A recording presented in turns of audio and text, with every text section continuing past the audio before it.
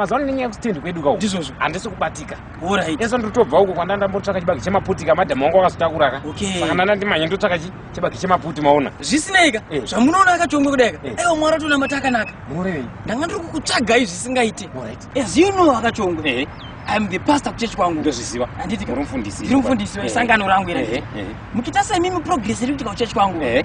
Mwari vakazondishanyira right now ka. Ndakachuzwa naMwari kuti ndimirire Zimbabwe ndiva president weZimbabwe pamaelection egore rinora. Mukurevei?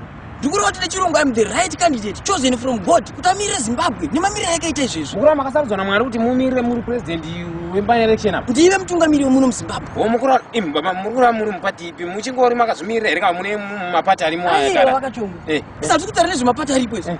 Inini I'm an independent candidate. Ndakachuzwa naMwari zvakadaro. Imi vanhu mimi ndimutata ndiwe nepati. Kurati muri independent candidate but akachuzwa naMwari kuti amirire vanhu veZimbabwe.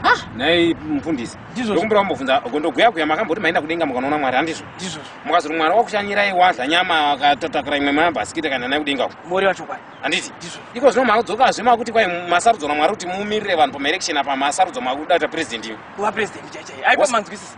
Wosakurati Mwari ndiye wakakusarudzai kuti imi atori president muno munyika muZimbabwe. Chokwadi apa Kachongwe. Ndozvamukureva. Ndozvandiri kureva. Baba muna mahlira imi. Ita. Mora nerudhende gwese gwevanhu muno muZimbabwe mungamirira imi. Kondukunoi. Isusu muno muZimbabwe munhu watinoda munhu wakasharudzwa navanhu. Handiti. Saka imi kama michiti makasharudzwa naMwari kuti mutimirire pamaelection apa. Sokutsanangura kwenyu kwamaita sei? Kwamaita. Saka ini zvandinoda kuudza ndezvekuti imi semunhu akasharudzwa naMwari. Handiti.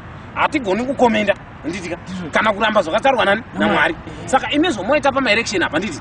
Mochimira naMwari. Isu tichamira newedu wateta chase wateta sharudza kunomuvhotera. Imi zvomoita mochenda naMwari onovhoterai. Zvezvari akakuita sei akakusharudzai. Ndapedza nemi. Unondiudza iwe kuti dai wanga uri munhu akasharudzwa naMwari chaiko chaiko. Ndizvo uchifamba nerodzi dzokugurira dzemuno makuwa. Unozva kuti uri munhu akasharudzwa naMwari. Apa uri kugurira uchiti tocha nemuno makuwa. Vanhu vakasharudzwa teitovaona tosharudza toga. Toda kuti iwe unosharudzwa naMwari. Ndatopedza newe.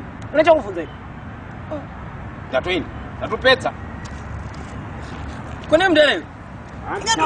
Handida uri nepwere dzenge iwewe. Ingandikedza kutsanangura zvinonzwika wani mudare.